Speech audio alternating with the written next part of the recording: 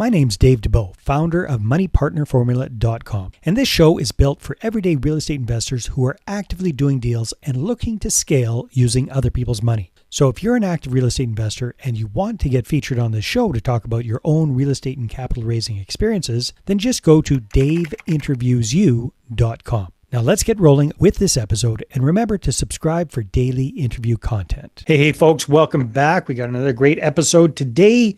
Zooming in from beautiful Colorado, we have a very experienced entrepreneur, real estate investor, realtor, author, podcast host, James Brown 2.0. So James, welcome to the show. Great to have you. Yeah, thanks, man. I appreciate it. Yeah. I like how you add in the 2.0 there, because there must be a little bit of confusion. It's actually just like my own rebirth, Okay. leveling up, basically. I see. Okay. That's what it means. Awesome, James. So we were talking a little bit before we started recording that you're definitely a busy guy. You're a very active realtor, and you're a very active real estate investor as well. So let's talk more about the real estate investing side of things and what you focus on these days as of the middle of 2025. Yeah.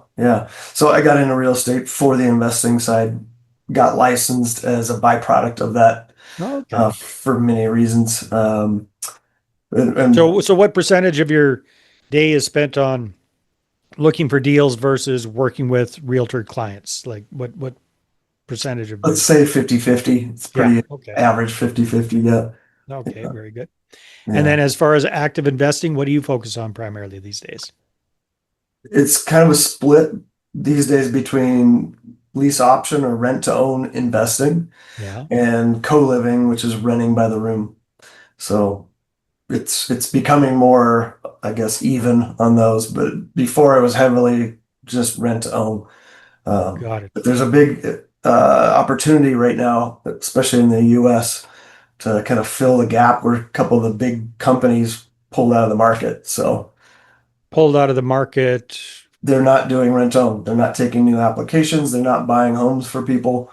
Yeah. Okay. So there's different kinds of rent to own. I used to be in the rent to own business myself.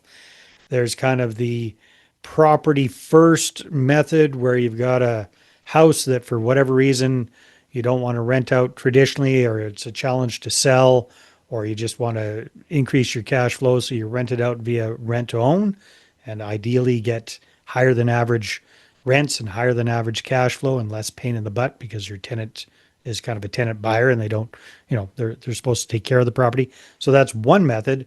The other method that I'm familiar with is the tenant first method, where you find a really good tenant and then you go out and you buy them a house that kind of fits their price range and their criteria. And then you do a lease option with them to help them build up their down payment and improve their credit and buy the house over time. Which version are you kind of focusing on, James? Mainly the buyer first. Okay. We let them pick a home out and we'll buy it for them. That's what we mainly focus on, but we've done it the other way around as well. So yeah. Well, sometimes when, my experience is sometimes when a deal doesn't work out, which my experience is they don't always work out in spite of best laid plans. Yeah. Then it kind of turns into property first, rent to own. And then that makes a ton of sense, getting your realtor license. If you're going to be buying and selling these houses to your own clients, you might as well get a commission on that as well. Is that kind of why you got into the realtor business? Exactly. Yeah. Okay. Yeah. There's a lot of byproducts of that, but yeah, that's the main thing. So James, I know when I was in the business, it started to get a little bit challenging the higher the price point got on single family homes. Have you found that issue in the area? Because, Colorado ain't cheap these days. Right. Yeah, that is a challenge for sure. And we like to stay kind of in the median price range too. Which is what these days for you guys? Depends where you are in Denver. It's a big area, but we're around 600,000-700,000. Yeah, that's getting up there. Yeah. That gets a little bit spooky when we're buying somebody a house. So yeah, I can see that being concerning. So when you are doing these, buyer, tenant first or client first or buyer first deals, What are you typically looking for your criteria for somebody that you're going to buy a house for? Good jobs. Yeah. So, like an ideal buyer is self-employed. Yeah. Banks don't like self-employed people. They feel like they're more risky, right? So, self-employed, they make good money, but the bank is saying no for whatever reason. Maybe they Mhm. just need time. Ideally, they just need time, 1 to 2 years track record, and then they can get a loan. So we're not worrying about credit or debt to income or anything like that. So So they're already good there. The banks just don't like the fact that they're self-employed. exactly, yeah. And maybe Okay. a bank statement loan or something isn't going to fit. Um, yeah. Yeah. So and they've got to have some money down. So we target 10% or more of the purchase I would price, think so. which Yeah. is non-refundable. So for us, that's good insurance and it's skin in the game for Yeah. them and also sets them up for success because rent to own cannot necessarily work out if you don't set it up right in the beginning. So if Mhm. they've prepaid 10%, they should have enough for like a conventional loan, 5% down and closing costs. So it's kind of sitting there waiting as a I credit. was I was going to ask you how you guys set that up. It's been over a decade since I've done a rent own deal. That was part of the challenge back in the day when it was a little bit loosey goosey. It was like, okay, somebody pays you that non-refundable option fee, which counts towards their down payment. Do you set up a separate bank account for that so that you can show the banks later on? How do you kind of manage the money in the meantime, James? We don't, it's just paper credit to them. Um, but we do track it, that money goes through the title company. We use title companies in Colorado at least. So Mhm. it's documented and then the lender can use that as a credit when they get the loan in the future. Okay, all right, that Yeah. makes sense. Now, what about, I mean, for that price point of a house, where do you see your biggest lift, your profit on these properties? Is it the future price that you're selling it to them at? Is it the cash flow in the meantime? Where are you kind of making your money there with these rentals? Mainly the cash flow. I Yeah. mean, it's no guarantee that they're going to buy because they've just got an option, right? Hmm. So if they buy, then yeah, we get appreciation. And we're not gouging them, right? We just kind of look at what market appreciation is typically, over the long term for wherever we're buying them a home, Yeah. and just setting their increased price based on that, Yeah. because that's fair, right? Yeah, for sure. That's no one has a crystal ball. During COVID, it was shooting through the moon, and we Yeah. still had like, maybe 5, 6% increase per year instead of 18, 20, right? So Yeah. it was a benefit for those buyers, when they bought. But we still made money, Yeah. and the house appraised because that's the other thing. They go to get a That's loan, huge. it's got to have an appraisal.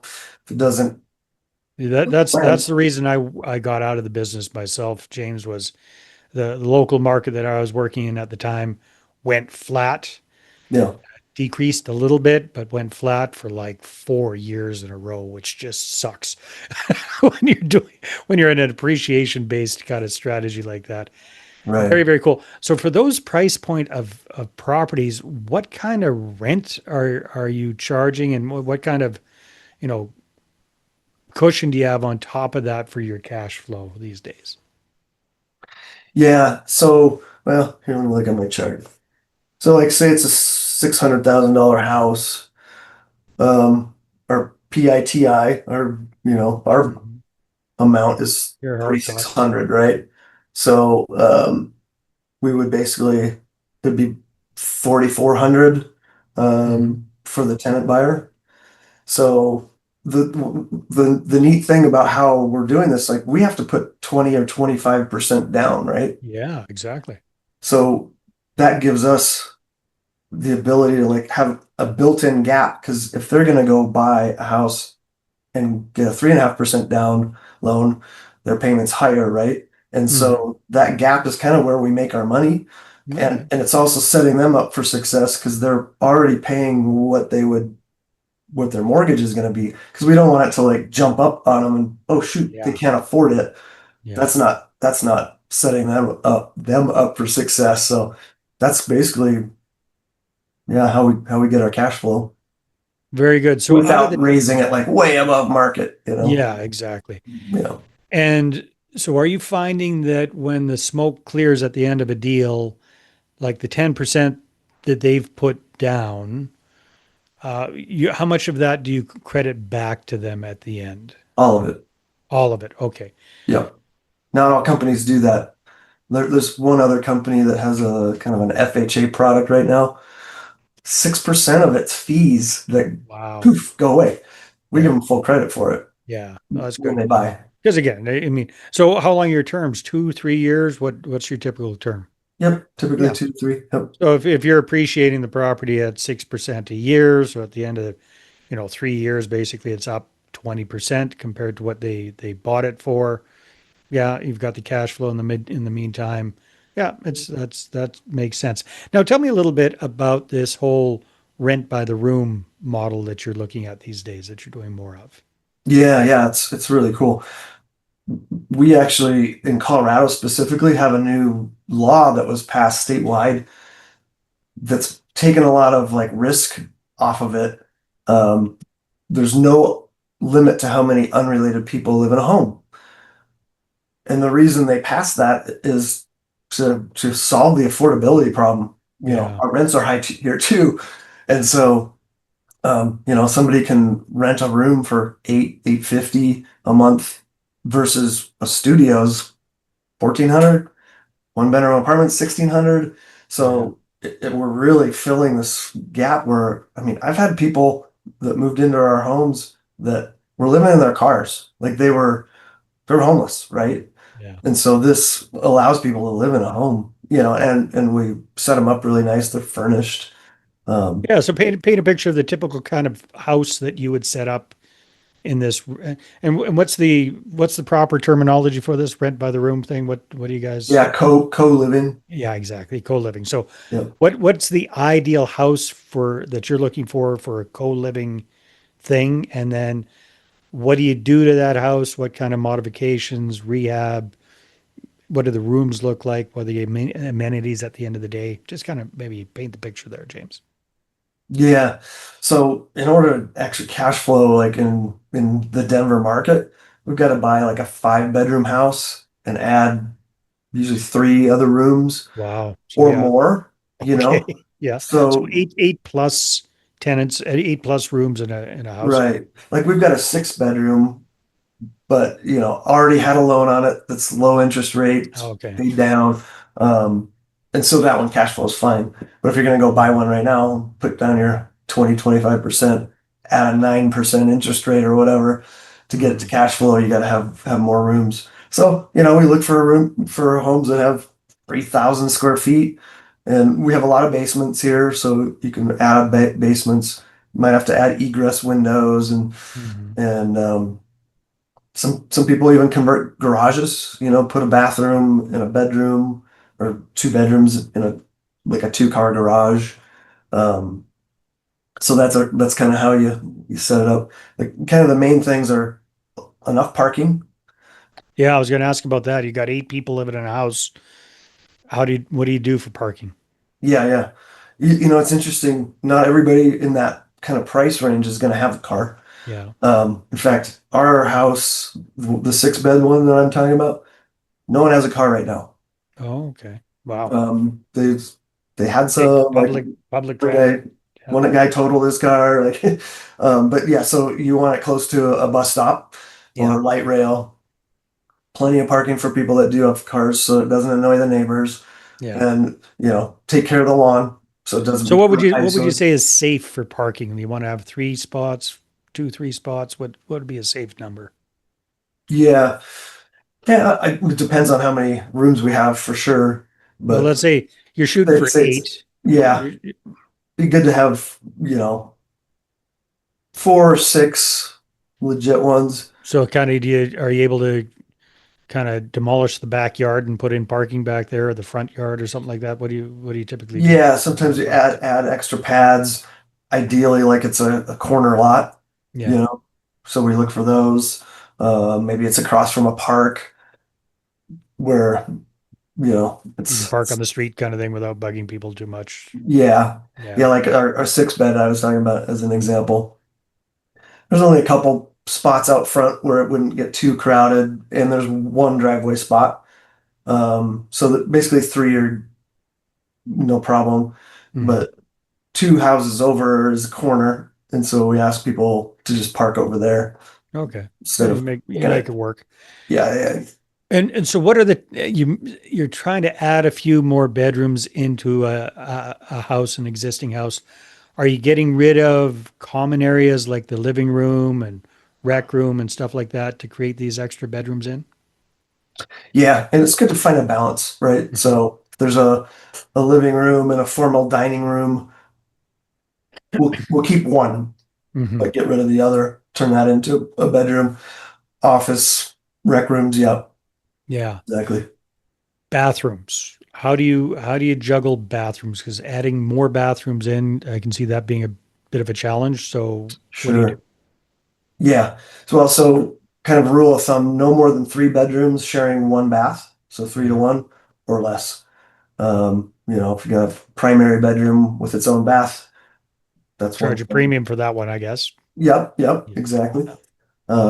Yeah. So, but yeah, if we're looking at a house, definitely looking at, can we add something without a huge expense trying to get the plumbing in there, right? Yeah. So, Okay. Now, what about logistics? You've got basically 8 tenants in one house. So, what about cooking, cleaning, keeping people from killing each other because they're getting on each other's nerves, noise? What, how does that kind of work, James? yeah. Um, there's a lot to talk about there. And there's different ways of doing it. Like we just had the first co-living conference here in Denver 2 weeks ago. And it was interesting because different operators handled it different. Um, One guy, he's based here in Colorado, Grant Shipman. He has it set up so it's kind of self-running. Like everybody's got their tasks and they kind of rotate through. It creates more buy-in, like it's their own house because they're taking care of those tasks, even They, though the they've, lawn they've got care. their own chore list there, basically. Exactly, yeah, Yeah. yeah. And if they're like, I don't want to do it, well, they can maybe pay somebody $20 to do their job, so they Okay. they kind of self manage. Um, What do you personally do, James? Because it sounds we like you got a few of these. we we just ask them to clean up after themselves. Don't leave dishes in the in the sink, that kind of Mhm. thing.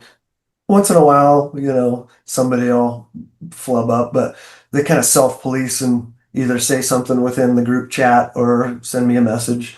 Um, and then cleaning, we have a cleaner go in and clean all the common spaces once a month Okay. and take care of the lawn. So Okay. that's All how right. we do it. Yeah. There's no right way or wrong way. It's just kind of No, whatever, it seems like it's been working out. you know. Now, for furnishing, Hmm. I've interviewed a couple of people in the co-living space, and it sounds like they provide the bed, the bedding, the basic furniture for each room. Some of them kind of go above and beyond and create like include a mini fridge and a microwave in each room, and find that most people aren't cooking that much anyhow, so that kind of Yeah. helps with the wear and tear. What do you guys do in the rooms themselves? All furnished.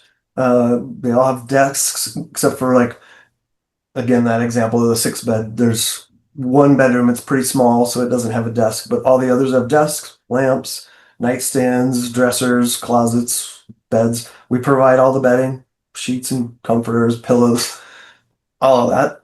Nice Hmm. pictures on the wall, so it really feels like home. What And about so TV and Wi-Fi and that kind of stuff? yeah, we do TVs in every room with Okay. and Wi-Fi. Yep. It's Yeah. nice instead of having a TV in the common area where people may not agree on what to watch. Yeah. They've got it in their room, so it's worth whatever TV on Amazon costs. Yeah. So do you guys do the fridges and the microwaves as well in the rooms, or just everybody uses the kitchen? No, so we've got two refrigerators for 6 people, which is Okay. plenty. Yeah. Yeah. Yeah. You Very cool. definitely don't want it to be too packed. I mean, I don't live in a co-living house myself right now. I use the whole fridge. Yeah, exactly. Yeah. Yeah, So that's so 6 people or more sharing one fridge, that doesn't work. no, If you don't yeah. have room in the house, put one in the garage or whatever. Maybe drinks go in the garage. Hmm. So different ways of Very doing good. it. Yeah. So you've got a lot of experience doing rent to own. You're getting experience now doing the co-living. Pros and cons to each. Which one are you kind of tending more towards these days? Um, well, as an investor, co-living can cash flow more, Okay. but there's And more plus it's long management. term, right? That's one of the things that kind of, with rent to own for me at least was you get a really good rent to own deal and Yeah. it's chugging along nicely and you're getting good cash flow and everything. And then boom, the deal's over, they buy you out, and now you have to create a whole new deal again, right? So the nice thing with this is one property, bunch of tenants. Uh, yeah, you got tenant turnover a little bit, but I would imagine these rooms aren't too hard to fill. No, especially Denver, it's new. Hmm. Pad to Split is like the kind of Airbnb app platform. That's what I was going to ask if you use the platform for That's what rooms we and use. stuff. Yeah. Yeah. Actually, Pad Split came and spoke at our cash flow club Nice. about the same time that that law changed. It was like, oh, the doors are wide open, and I like working with Pad Split. They fill the rooms, they handle payments and stuff, so I don't have to deal with that. I still Nice. have, the thumbs up or down on whether to get rid of somebody or whatever, and also screening them. Like they Yeah. screen them, run background checks, income verification. But then they're like, well, are you good with them? So we can say yes or no as well. So Perfect. yeah, it No, that works makes a lot of good. sense.